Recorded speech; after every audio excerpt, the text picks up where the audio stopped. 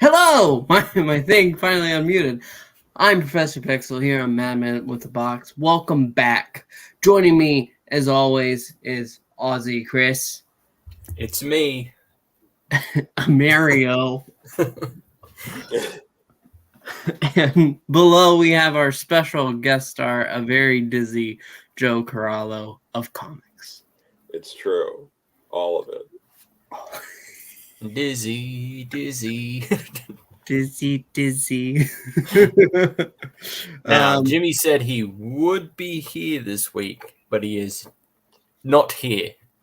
So, I don't know if he's forgotten. Is it time for theorizing? Why is Jimmy gone? Why is Jimmy? Who is Jimmy? Why is the Hulk? So I don't think it's another car incident. I think he's okay. Thank God. You would have seen it on TikTok. Otherwise, yeah, we would have. We would have put it up on TikTok. I think more like the thing is he may have had a comedy show tonight. That's happened before, and then he just got carried away after. That's fine. But we have exciting things. Stay tuned, because after the news, we're going to be reviewing The Evil of the Daleks, a Second Doctor Dalek story, which is fantastic. Spoilers. But before that, we have news to get into, because we had so many things happen this past week. Let's go ahead. No, the Cheerwine is agreeing. This is Baja Blast now. It's the only thing he drinks on here.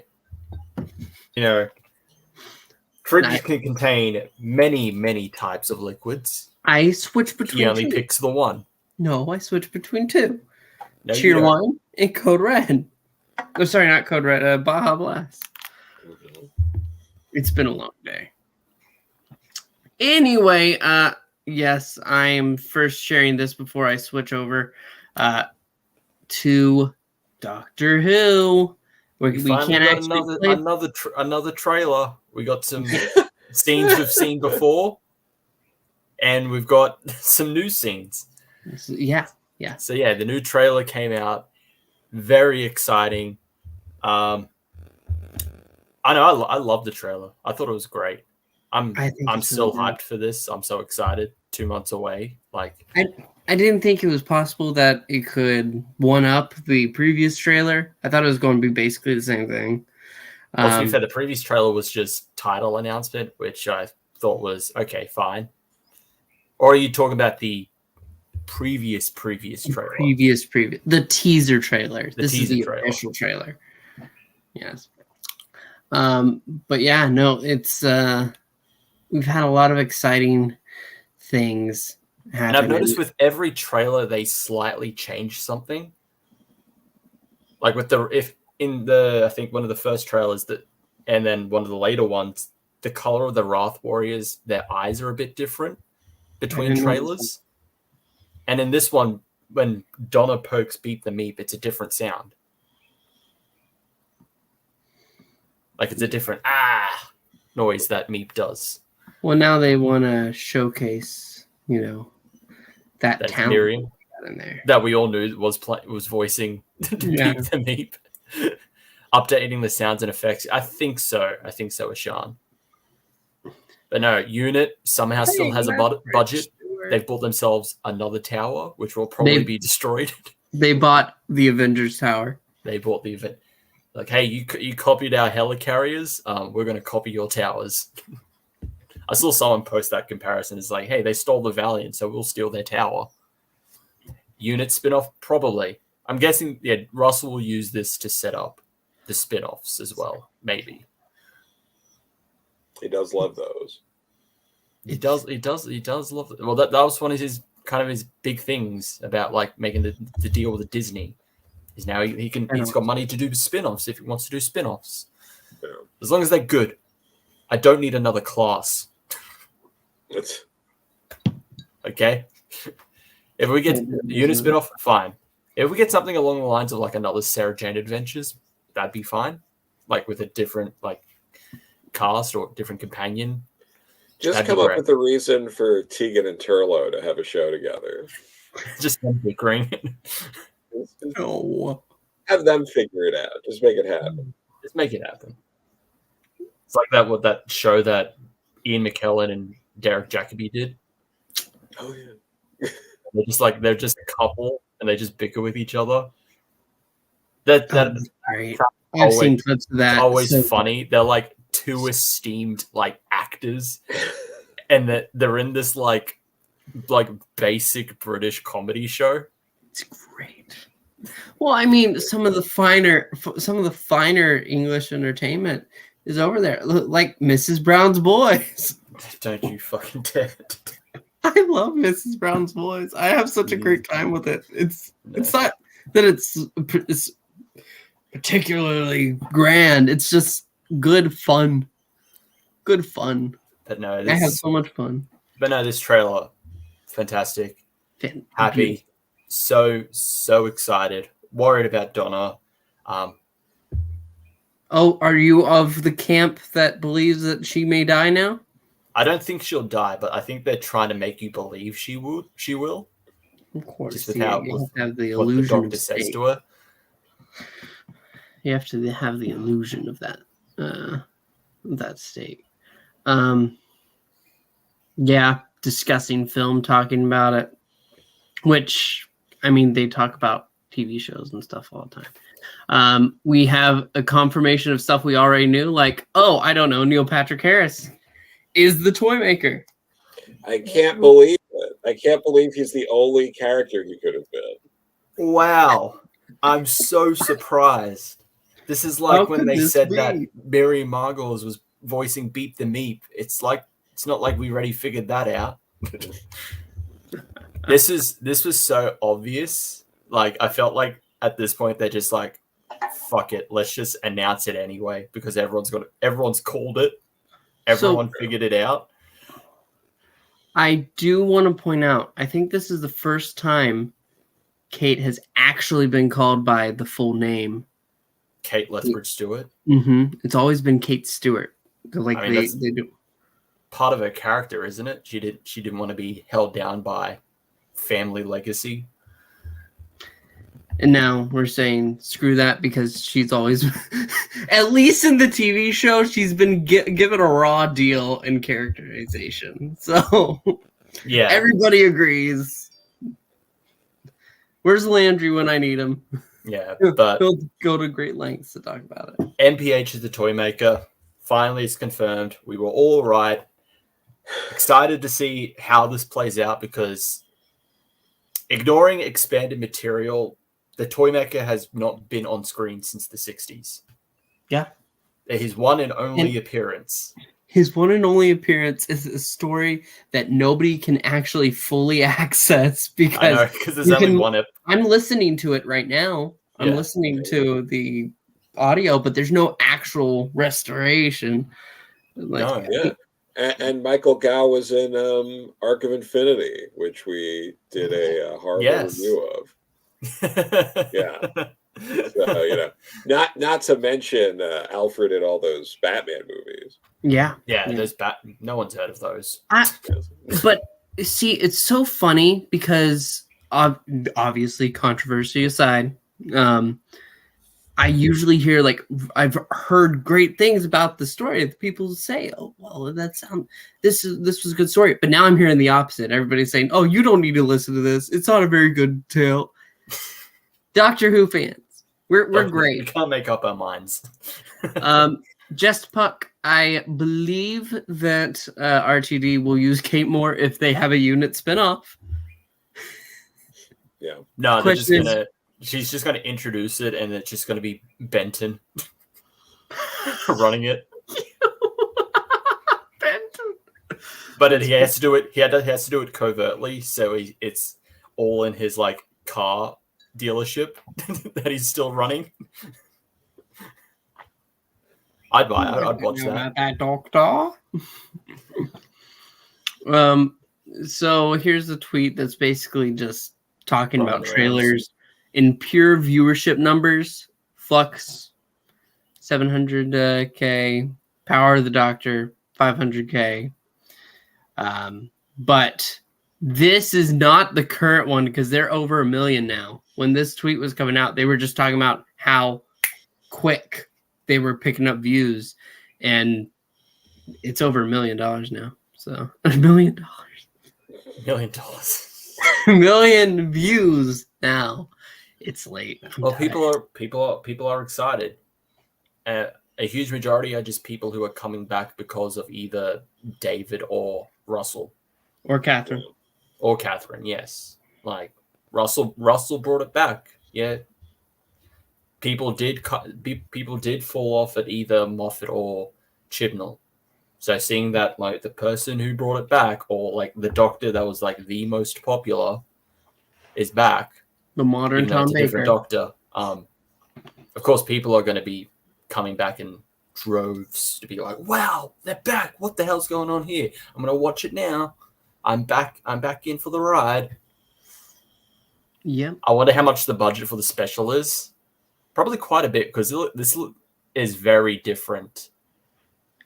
It does look really good, but I also think technology has changed a little bit since 2009.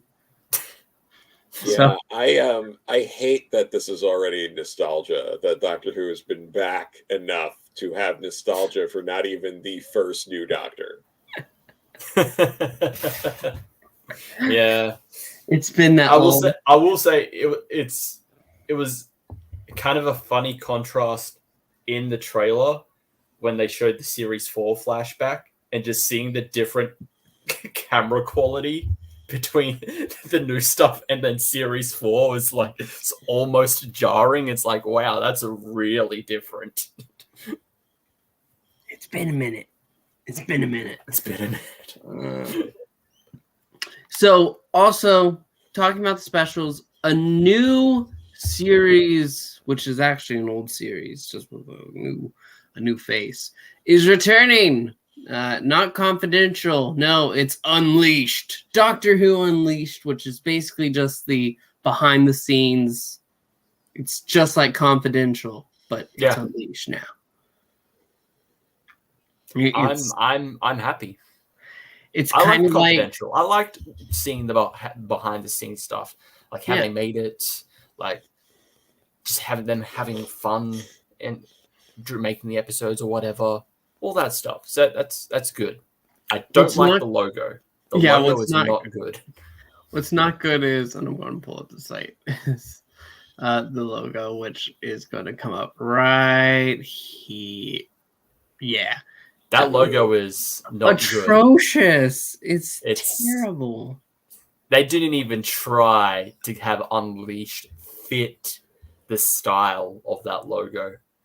Like you don't understand just how bad it is when compared to some of the fan-made ones that have already existed. When this was announced, today? This was announced today, and there's already like fan-made ones which just look infinitely better. Astounding. I mean, at least the Confidential one, they gave a different colored version of the Doctor Who logo, and then just a straight line of just Confidential, like kind of like film tape, kind of that kind of effect. So that worked. It's simple, but it worked. This doesn't.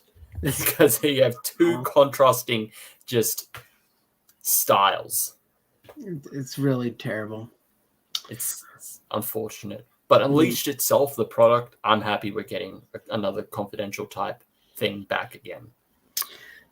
Yeah, me too. I'm surprised they got rid of it. I mean, I know a lot of people are, well, did they just decide, okay, we'll leave this for like DVD releases? Okay, I think we have to think about it in the span of when it was really at its popularity, is when Doctor Who was at its popularity, which was with Tennant, and then following that, it just kind of tapered off. The BBC was like, I don't want to. What? You want to Series 5 still had it. Yeah, but then after that, I don't remember if 6 did. Just died. And people were asking for it back. but that's not I don't think that was a Moffat decision. It just, oh well. We can't let people see how we make stuff. I will say there are a lot of people that are excited that I've seen talking about how it's so great that something like this is back because it inspires so many wannabe filmmakers, people who want to get into the industry and want to do that. It's great inspiration, and so that's nice too. I'm sure Josh Snares, they're hyped. I believe. The next bit of news is potential dates. Not really, kind of really. sort of. Basically, these are the when it's set to be published. Yeah, the ebook. The ebook versions of the target novelizations of the 3 specials: the Star Beast, Wild Blue Yonder, and the Giggle. So they've announced release dates for them: the 13th, the 20th, and the 27th. So people are theorizing, oh, will these come out after? They obviously will, because releasing them beforehand is just weird. It would spoil stuff, even if there's some changes between the novelization and the actual TV episodes. Can you imagine? And this is the ebook, because the physical books don't ship out until much early later next year. Yeah. So yeah, people are theorizing 11th or 12th for the Star Beast, 18th, 19th for Wild Blue Yonder, or 25th, 26th for the Giggle. See, the only thing I don't agree with is the Giggle being on the 25th or the 26th, because this is anniversary specials. It would make sense for the last episode to be on the anniversary day. 23rd. Or date, I should say. So being on the 25th or 26th, Yeah, it seems silly. Silly, I say. Silly. This is one thing I don't like with this new trailer, is that we still don't know when they're coming out. Like BBC, Bad Wolf are so adamant on revealing everything we already figured out, except when these episodes are coming out. Yeah, because we have just a little over a month. 2 months, just under 2 months until this begins, and we don't know when it starts. Yeah, that's crazy, but damn RTD. These would have more of a reason to be in cinema than fucking Ahsoka episode 5. That wasn't true. Like, nobody could find it. That I don't know why that article came out, because nobody could ever find that. But that's another. That's a different story. Different story. But I imagine if 1 week it releases, and then the following day or the following couple days the novelization releases, and people are just digging in, trying to find the differences already. Yeah, because we're Doctor Who fans. We have nothing better to do with our lives. No, we don't. We clearly don't. But I'm excited. I want to see the covers too. Oh, can you? Would they be in? I assume they're going to be in similar styles to these. Those are the best covers. Like, I can't. It bothers me whenever I look at the old ones, because I'm like, but that what do you mean? Isn't like this, which is very nice. What do you mean the old ones? Yes, that's what I mean. This? What are you talking about? It's the 7th Doctor dancing with death on the moon. There's a church in the background. And there's an astronaut there. I actually didn't mean that one, because that's New Adventures, right? Oh, you're talking about like the original old Target novelizations. Something about those covers just don't. I don't like them very much. It's just it's a product of its time. Yeah, I like the new stuff. Anyway, Series 14 news. Choreography For episodes 2 and 6, the Chelsea block will feature dance scenes according to a listing on the website of dancer Nicole Alphonse that the Who division has been made aware of. Alphonse is listed as an assistant choreographer and dancer on both. So musical episodes. Well, Either musical episode, or there's just going to be dancing in the episodes. like I think the this is brought up because there's the whole like everyone's thinking that it's going to be a musical episode with Jinx. Well, Jinx, yeah, and it looks like Jinx is going to be possibly in the 60s episode where we saw that blue outfit. That's what people were speculating. And then there's another episode with Jonathan Goff, like I said, from Hamilton. You'll be back. You'll see. And that's a classical. They're inside of a very luxurious house. So they could be having a small ball in there. So some dancing going on in there. But it's not necessarily a musical episode. I don't want musical episodes. I don't. Let it be just to spite you. Come on. Joe. Come on, Russell. Do something different. Your opinion on a musical episode. That's my reaction too. I mean, sometimes they work, kinda, but enough maybe. But what? Maybe I think maybe one and done. Don't do one every series. Just do one as something special, and then never again. See, Just Puck, I never said that I didn't like musicals. I said I didn't want a musical episode. There's a very big difference. Hey, Doctor Who has almost tried everything, okay? So they haven't tried Grace yet. No one's trying that.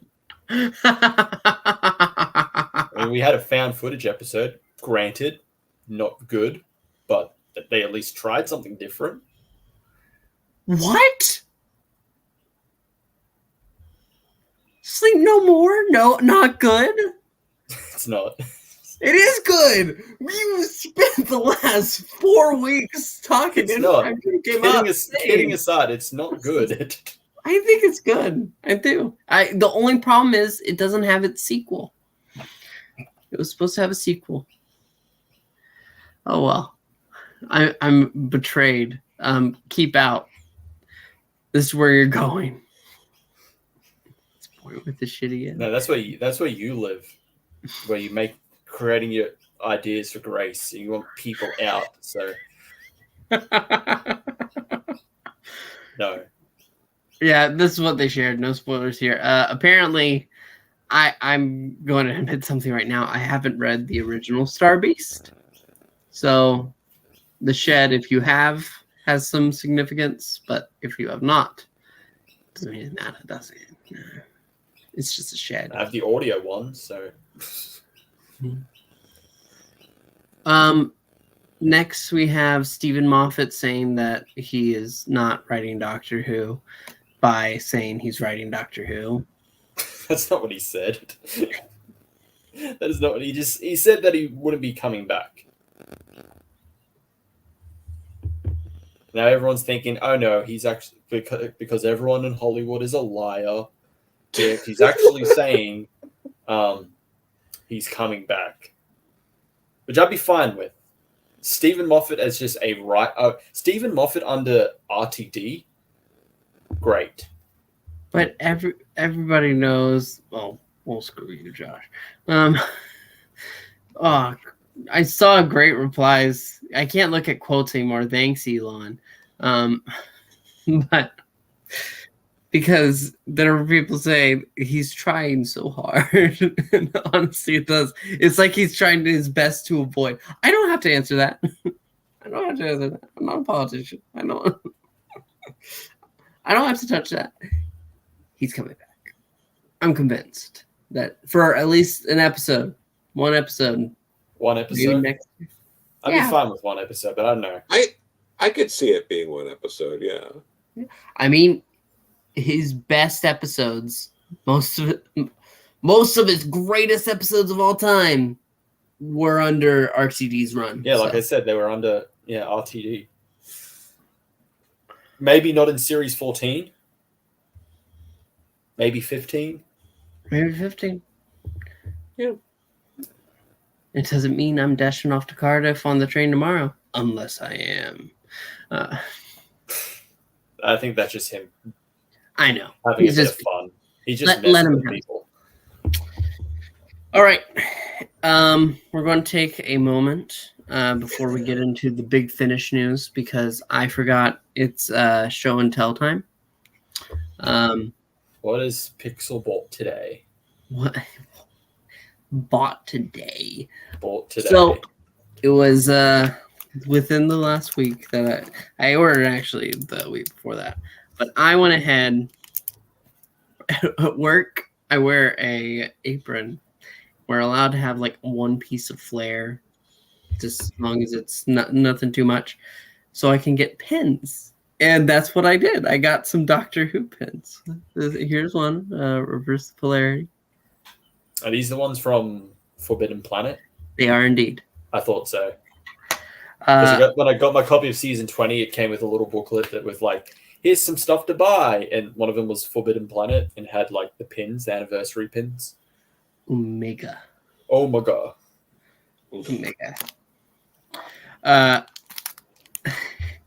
Change, my dear, and not a moment too soon. Too soon.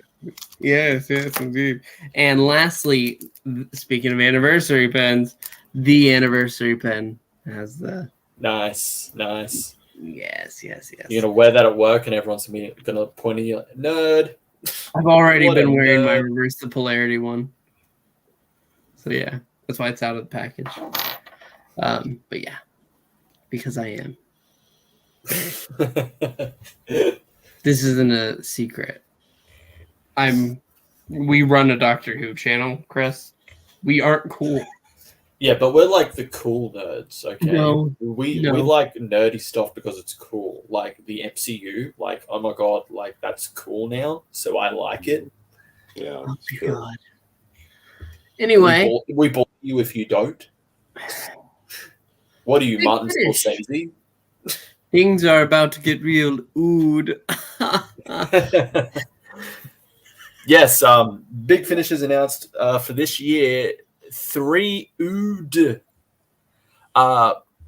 stories coming out with 3 cast members from the Impossible Planet, the Satan Pit. Zachary, Danny, and Ida. Although the one that's played Zachary has been in Big Finish before. He did a Torchwood story before.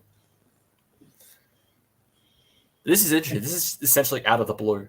Just like, yeah, we've got some Ood stories. Fun. Yeah. There's nothing major with this. Yeah. They should do a Christmas one, the Ood to Joy.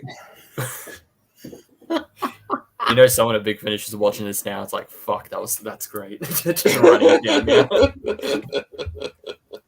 Surprised they haven't. Like the puns you could do with Ood, and they just haven't done a lot of them. Mad about Ood. Mad about Ood. Yeah, you could do that, and it'd be about like the Ood. It could be about someone fighting for like human Ood, like marriage equality. Mm-hmm. Because they fall in love with an Ood. That'd be a great one. There you go. Especially if it's like prior to Planet of the Ood, so they're still technically like slave race Ood. It's like I fall in love with my Ood. That's disgusting. It's a slave. Don't do that. Don't pull Thomas Jefferson. Don't fuck your Ood. I know the tentacles are tempting to you, you freaks, but yeah, you please. But no, this should be interesting. And Ood, I mean, could be worse. Could be just random Slovene Bogman stories. Who doesn't want that? Oh my good gosh! Why in the classic Doctor's New Monsters range hasn't there been a Slovene story? Because I think a lot of them just would not put up with the constant farting. They would just shoot them on sight.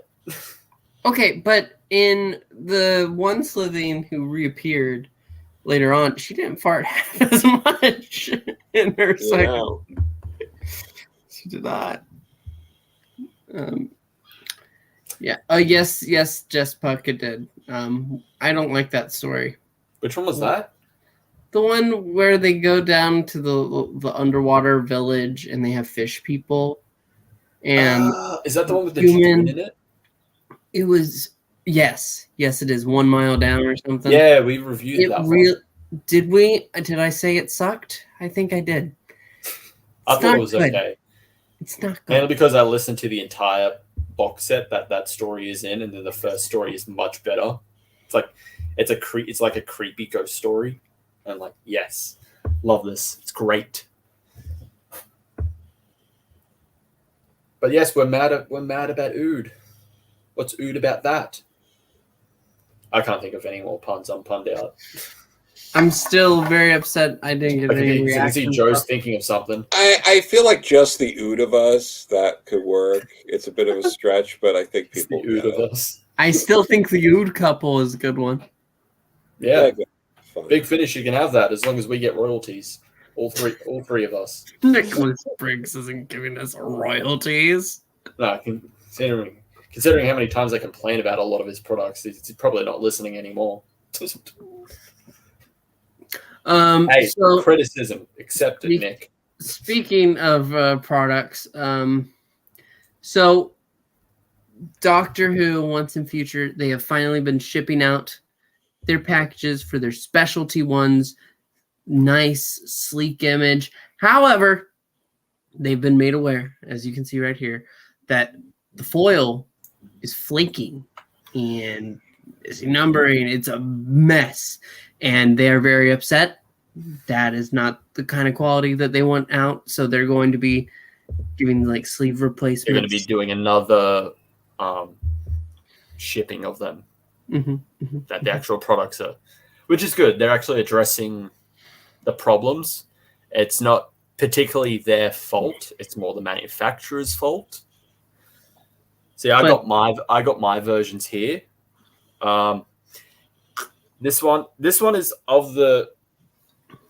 fine, except part of the O you can't really see it clearly, but there you can actually you kind of can. There's some dents in it, so you can see where it's starting to peel a bit. This one, Artist is actually the best one. You can't really see a lot of faults with it. That's not you, Pixel. I'm trying to switch. Me. Look at me. This one, fine. Like you can't really see any problems with it. And then the first one, which didn't come in any protective packaging because it was just the sleeve by itself, because I already got the CD. The CD came out first. There's a few parts where you can see it's starting to peel off. So yeah, one in like pretty much almost like 99% perfect condition. The others where you can kind of see where it's starting to peel. It's not a peel. I probably won't take them out of the packaging, even though they have like the cool looking posters inside, which is a shame because the posters are attached to the actual CD sleeves. If I can get one of these out. So this sleeve here is actually part of the poster. So it folds out. So I kind of wish the poster was separate so I didn't have to like take out that sleeve.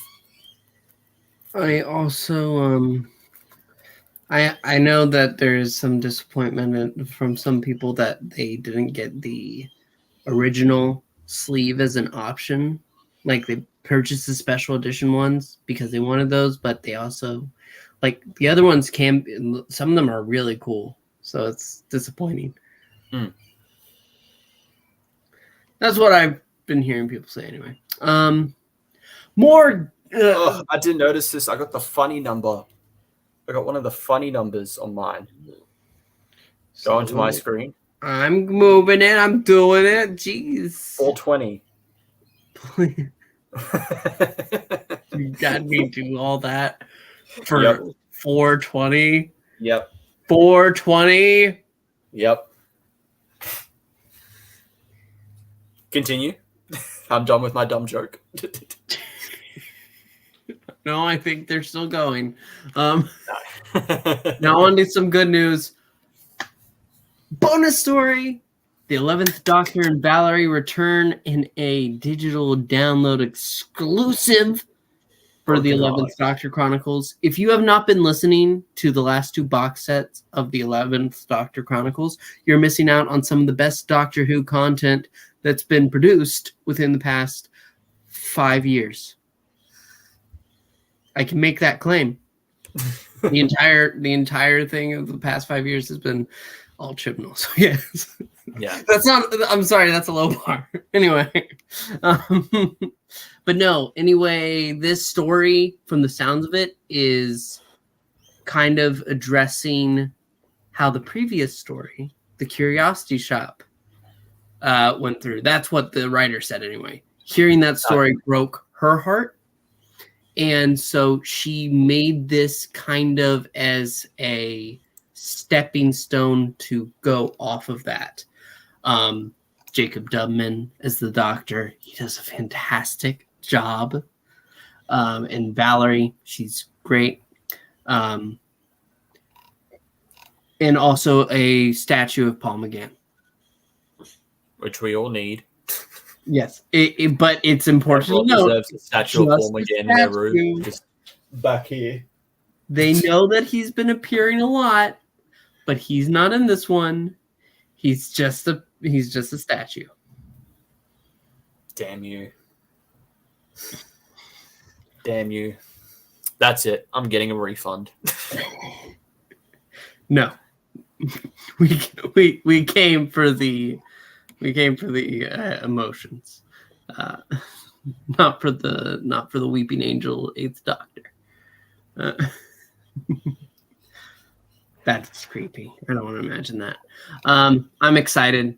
You're excited. We'll probably do a review on that as soon as it drops. Yep. Absolutely. Be worth it. And in November, so before the next one in December, I believe. Yeah. Good stuff. Next, the War Master Rogue Encounters, his 10th box set, I believe. Ninth box 10. set, I think. Double check. I think it's 10.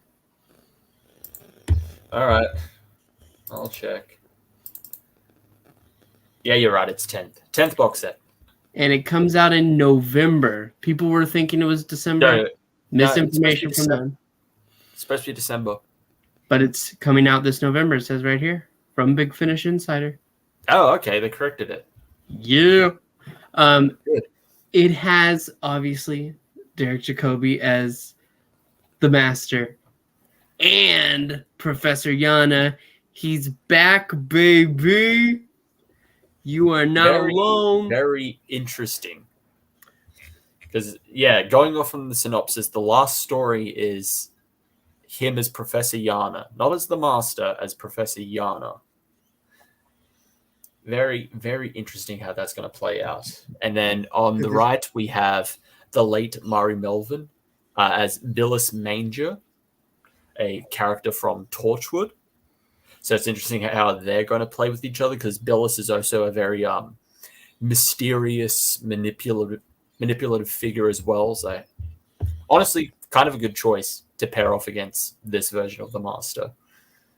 I know but I'm excited. This is kind of a change up that we needed. Like, I love this box set range, but it has been getting very stagnant. But there's only so many times you can do the whole, oh, I'm just a nice old man. Surprise, I'm not. Till it gets stale. In the last one, he will actually be a nice old man, though. We don't. We won't know until we listen to it. But no. Professor Yana is a nice old man. I am incredibly excited for this. Cover looks great. Definitely going to be getting a review out of this once it comes out. Do you think it could be the last one?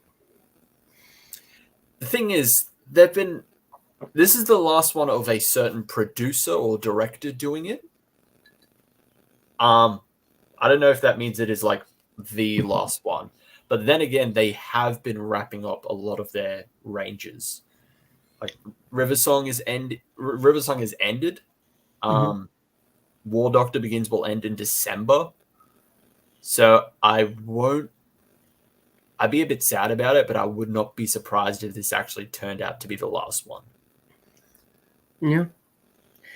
Yep. I'm not sure. Actually, no. Sean says they have an 11th one on the website. Okay, so this is not the last one. Full of shit. Thank God. But yeah, that's just, it's a really good cover too. It's really nice. Next, speaking of covers, The Union, Part 7 of Once and Future, starring Paul McGann and Tom Baker. So I guess he's going to be starting it off like 1 and 3 did for the past 2. And it's also going to have River Song and Susan. Yeah.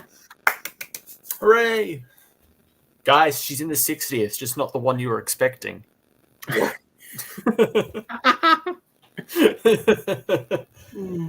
this should be interesting. And then they did, I think. Well, you've got the tweet, the page up next to it. They have confirmed and clarified that The Union is the last story of the main story of Once and Future. But there's still one story left, which doesn't come out till next year. And we thought this was just some huge error because it's comes out of November next year. So a year after the anniversary. But no, they're saying that, no, that's correct. It is coming out next year for some reason. And I'm very confused. Yeah. Because this whole entire thing is supposed to be a 60th anniversary story. And you're wrapping it up, but there's still one part left that is coming out a year later. Coda, entitled The Final Act. I think someone needs to look up a dictionary. And I apologize for the noise. It's starting to rain, so might mute every so often. But yeah, the final act usually would mean the end of the story, but this is not the end of the story. The Union is the end of the story. Then this is an epilogue. Yeah. So I'm very confused about this. Me too. The story is going to have to, that Coda is going to have to really justify that kind of year wait. I'm expecting something incredibly big. But why? I don't know either. Considering this has been like 3 years in the making. Maybe Coda is, and in those 3 years, to involve the 14th Doctor. Again, this has been 3 years in the making. I don't think they would have anticipated like future Doctors in this. Like, who knows? Well, with how the story making process has worked for this, it's very strange. It seems like it's a big jumbled mess that they didn't know exactly where everything was going to fit. No. And that's how you end up with Two's Company, which is great. Two's Company is great. But you have the most random assortment of characters imaginable. It somehow came out to being one of the best, but it is a mess. Jackie Tyler, Lady Christina, Harry Sullivan, and the 6th Doctor? Why? Who knows? As Ashan says, they will celebrate the 60th anniversary on the 61st. Yep, but I don't know. I would have thought in this 3 years of like having to make this, like plan and make this out, that someone didn't say, hey, maybe the so-called final act should end on the anniversary year, not a year later.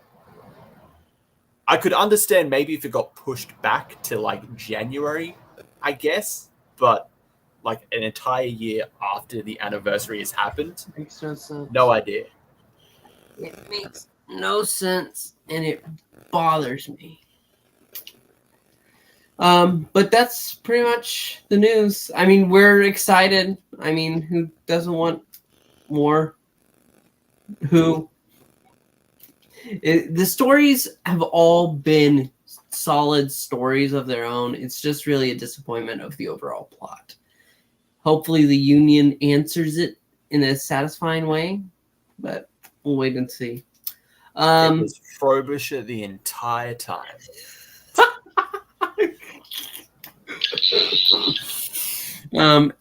It's time.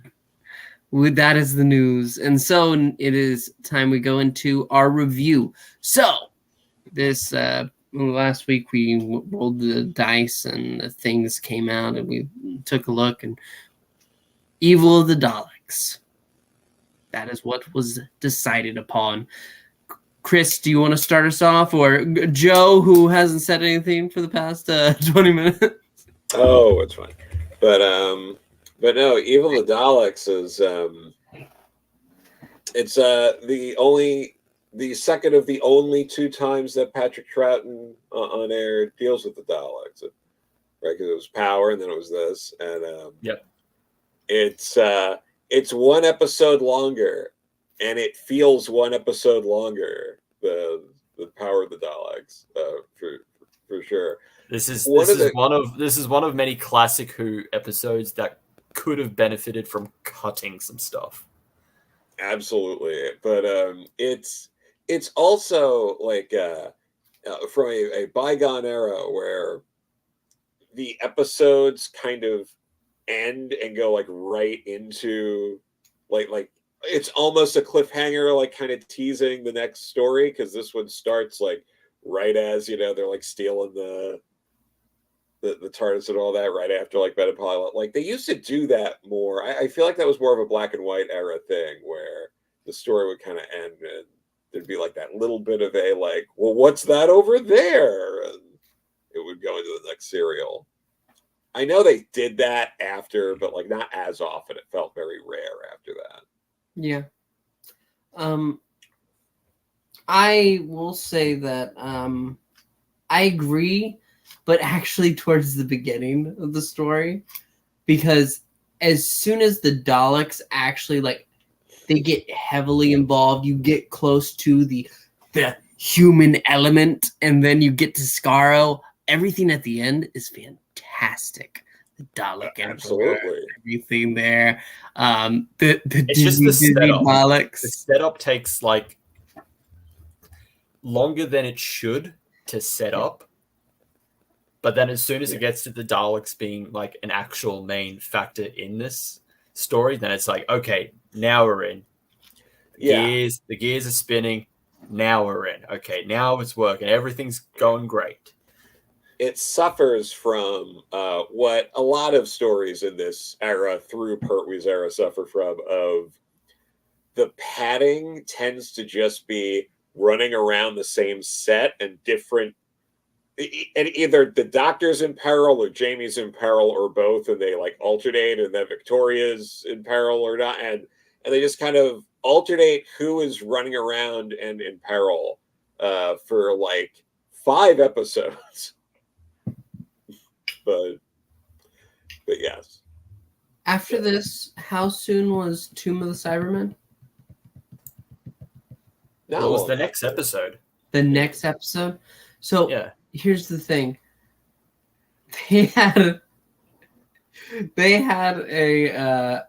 a side, not sidekick, but a side strongman character with a darker skin tone that couldn't talk in this story and the next.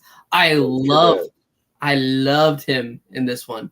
He was great. I loved what's his name? Kimmel. Yeah. Kimmel was great in the little interactions. I only wish I could have really seen Kimmel. But yeah, no, that he was great in this one. I just don't know why they went 1 and then 2. A little weird. I mean, yes. I feel like I don't know.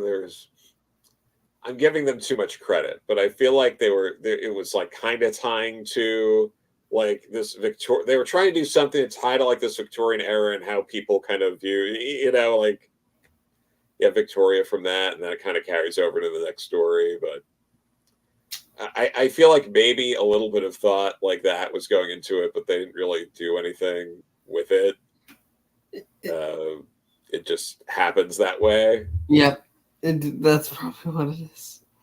Which is great when you just listen to the audio of it, which is what most people have done until fairly recently. Can you imagine that? Hearing Jamie talk to a wall. Oh yeah, no, it's great because that I got that in that original Dalek like tin they put out years ago that had Power of the Daleks and Evil of the Daleks on CD. CD. Mm-hmm. Fun sets. Sure.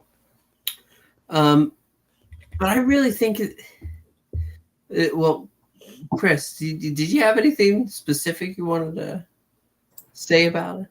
No, I like the story. As I said, the setup takes too long. This could have been maybe 5 episodes, instead of 7. Once it gets to the Daleks, properly gets to the Daleks, it's great. Dalek Emperor, good. Liked them. The whole human factor with the Daleks, great idea. Turning them against one another. I still find it hilarious that they decided for a cliffhanger of the Doctor riding a Dalek. Yes. Because you would think for a cliffhanger, for like a huge majority of cliffhangers for back then, it's something serious. Like, oh no, they're in mortal peril. But for a cliffhanger, it's just the Doctor having fun on a Dalek. Jamie, they're playing the game. They're playing train. Choo choo. Choo choo. But Dizzy Daleks. Dizzy Doctor. That was so funny. I really like Jamie in this story. He stands out quite a bit in this story. I really liked him in this one. Victoria, it's her debut, but she's kind of just there. Really? She's the damsel. So as an introduction for a companion, it's like, whatever. Okay, that's fine. A little bit better coming like towards, even though she has very little to do in Tomb, she's much better in Tomb than she is in Evil, I would say. But no, overall, I really enjoyed this episode. Yep. You just got to have to really sit down and get through maybe the first half. I really I disagree about Vicky. 'Cause in this one, she is towards the end. She has a moment, and that's what she has in Tomb. She has another moment in which she gets to sit down with the Doctor, talk about some of the trauma that she went through here. But here, when they're on Scarrow, and she's basically taken down the dark hallway to scream, you can hear her frustration. That moment of her being like, "Oh no, you don't understand. They're using me as a trap. I should have been quicker on my feet." She wants to get better. That's growth, potential growth. I like that. I think she's got real bones to her. She's only in half of it but at the first half she doesn't exist.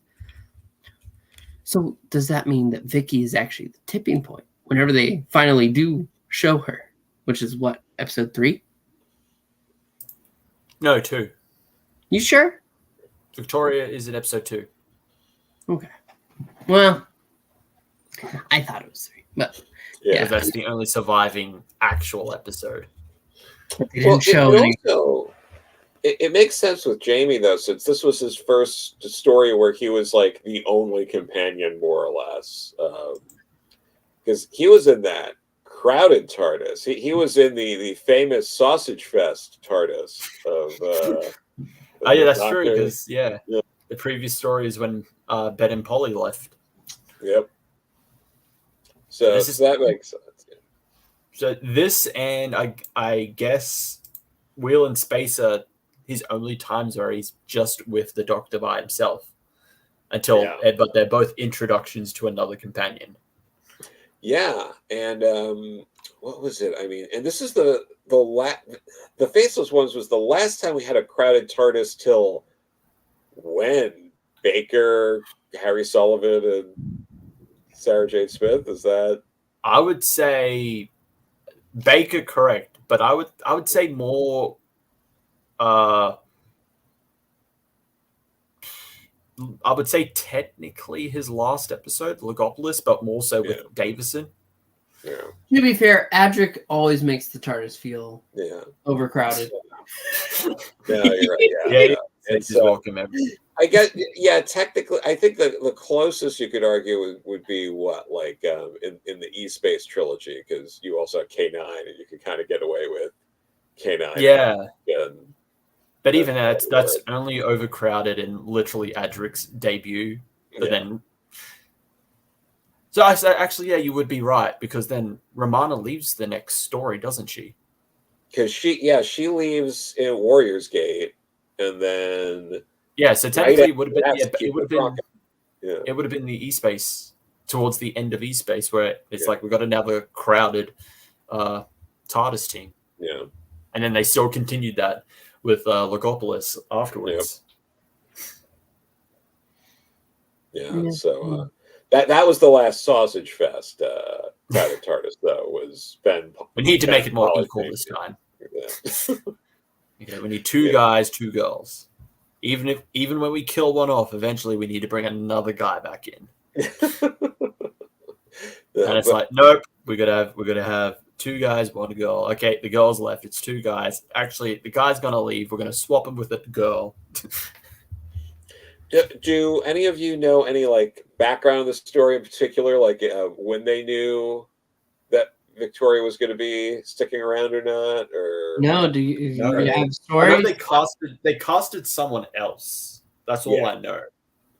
I used to know more off the top of my head on this story, and it's just been a while. But no, it feels so tacked on. Like it's not the worst thing. I mean, they felt way more tacked on than this. But like when her dad is, basically sacrifices himself as like kind of the way to be like, it's okay for you to run off with my daughter now.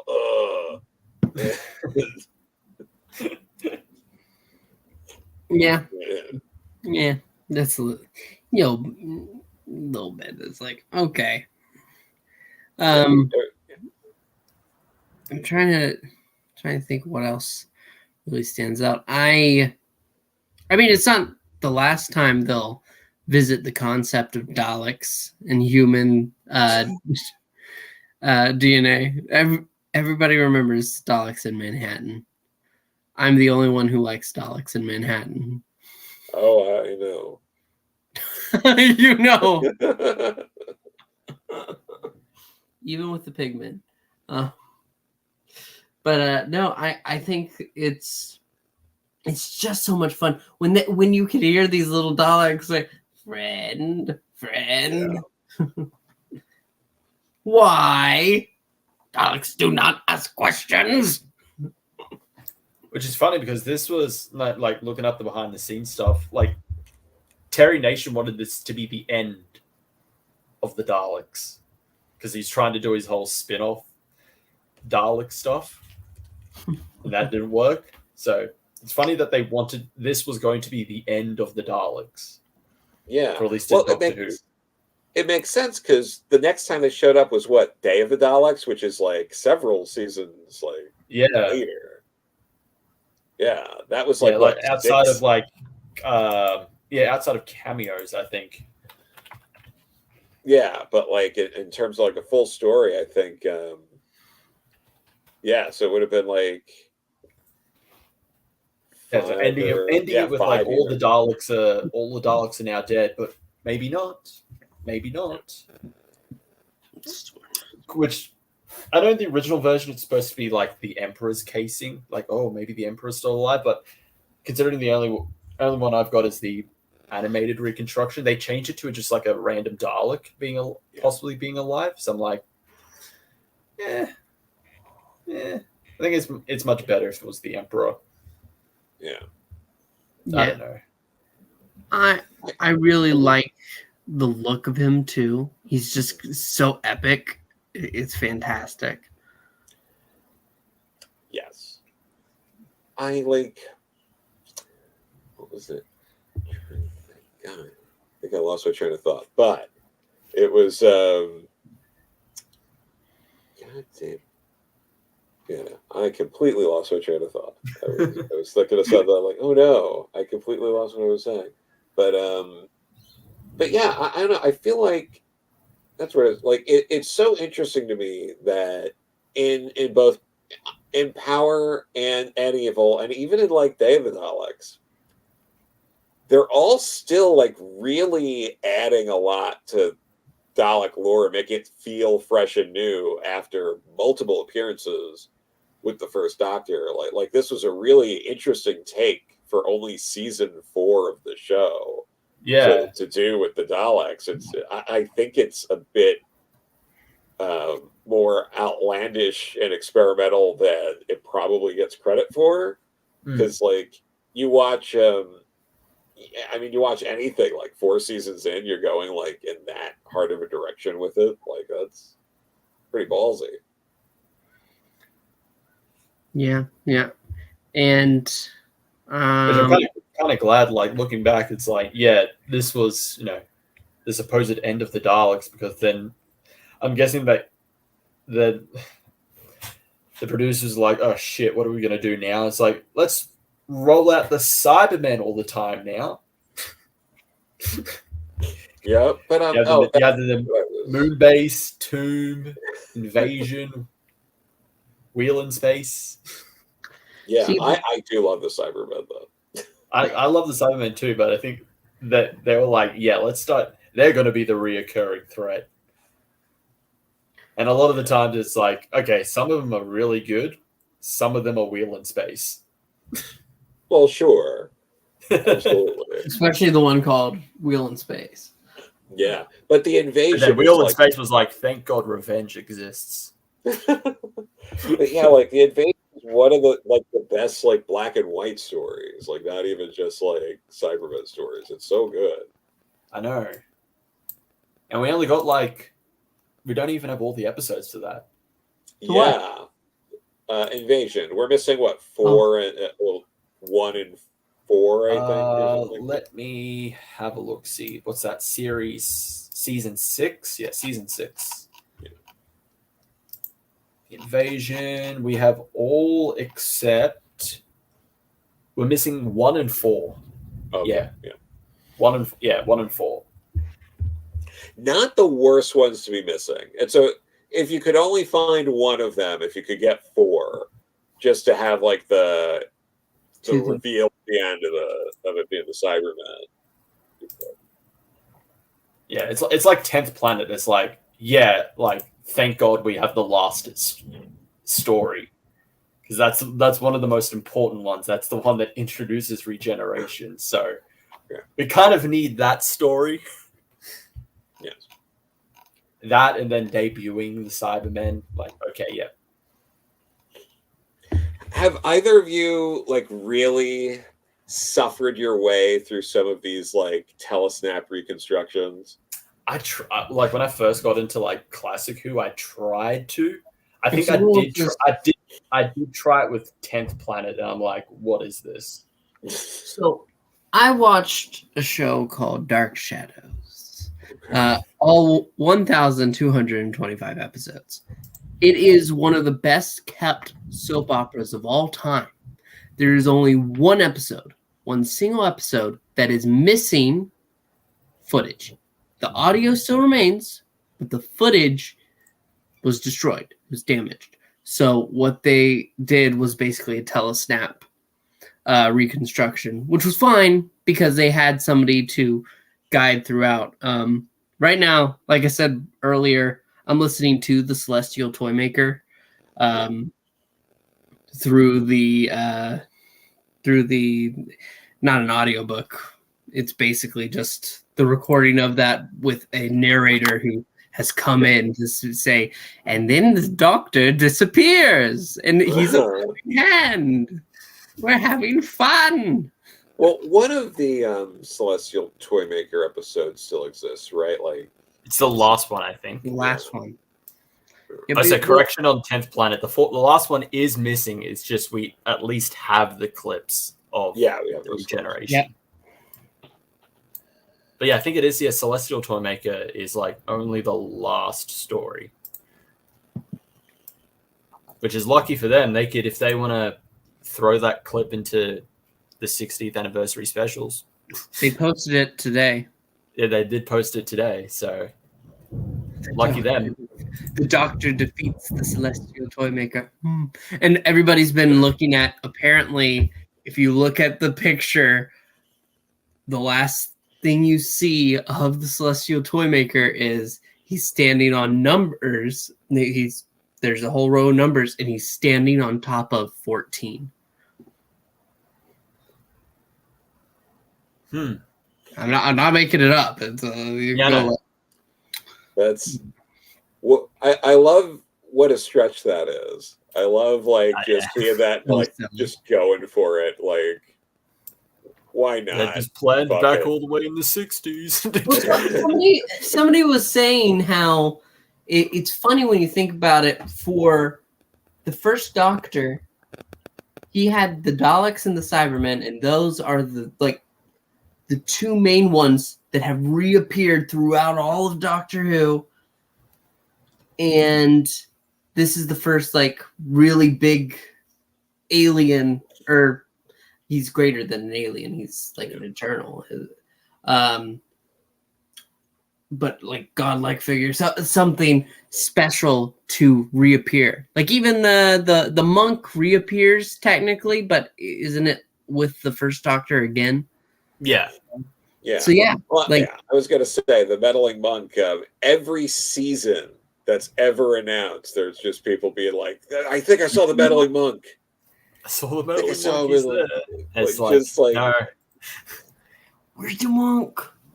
Sure, he has the monk has the distinction of being the first other, not named at the time, Time Lord to appear in Doctor Who, but his role was essentially replaced by the Master, who's more fleshed out, and became more popular. So I can see why they wouldn't bring the monk back when you have just the Master instead. But the Master didn't appear until the third Doctor, and even then, that's right, because he is not with the second Doctor. I don't care what anybody else says. Guys, he's definitely the War Chief. They have similar beards. Which is funny because I got done reading the rest of the Time Worm books. I read Exodus and the War Chief's in that, and it's he's pretty much. Terrence Dix was he's not the Master. He's definitely a separate Time Lord because he can't regenerate. He tries to, but it doesn't work. Oh, that's cool. Yeah, so he gets stuck in a half state where it's the old body and the new body are kind of fused at weird parts together. But then he dies at the end. And for some reason it restores him back to youth. Then he dies. It restores him back to proper War Chief. Then he dies. I don't know. Terrence Dix was smoking something. Who knows? So, I am going to go ahead and say that we should perhaps give a ranking out of 10. Sure. Well, yes. Chris, why don't you start us off? Okay, I would give this. I would give this a 7.5 out of 10. It is a bit of a slow build-up, but as soon as it gets to the Daleks being a main factor, no pun intended on the human factor thing, once they are a main factor in the story, that's when it gets so much more interesting. And I'm now fully into the story now. It's good. It's a good story. Would be better if we still had all of it still existing, but even then, it's great. It's good. It's great. Yeah. Joe Corallo. Yeah.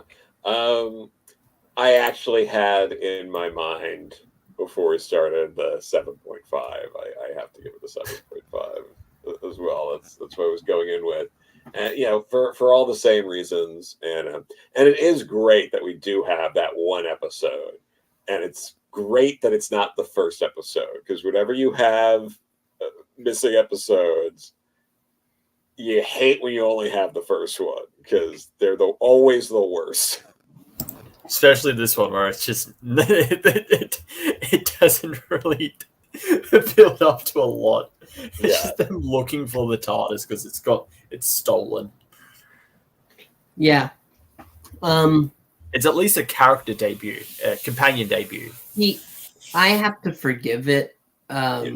It's slow build up, and I'm actually going to go, like, the more I've sat on it, thought about it, I can forgive 1 and 2 being so slow, because after that it just keeps amping up. I'm interested now. Oh my gosh, the guy with the beard's a piece of shit. Oh, and all of this, and then the Daleks themselves. They're great. I think I might have to. Yeah, it's that good of a Dalek story that I have to say it's an 8. Okay, yeah. Yep. But okay, that's it. But we want to hear your thoughts. So if you haven't watched Evil of the Daleks, obviously it's a recommend. Give it a try. In whatever way you choose. Maybe you just want to do all the animation. Maybe you want to watch the one remaining episode and then... That's how I watched it. I watched all animation except episode 2. I did not. I watched all animation because that's what I was able to get on Amazon Prime. We recommend it. Please make sure to like and subscribe. It helps out the channel. And leave a comment down below. We will be back next week on Mad Men with the Box with some other kind of topic. We'll figure it out after this. Thank you so much for watching. Thank you, Joe, for joining us. And thanks for having me. Yeah, and stay dizzy. Dizzy Daleks.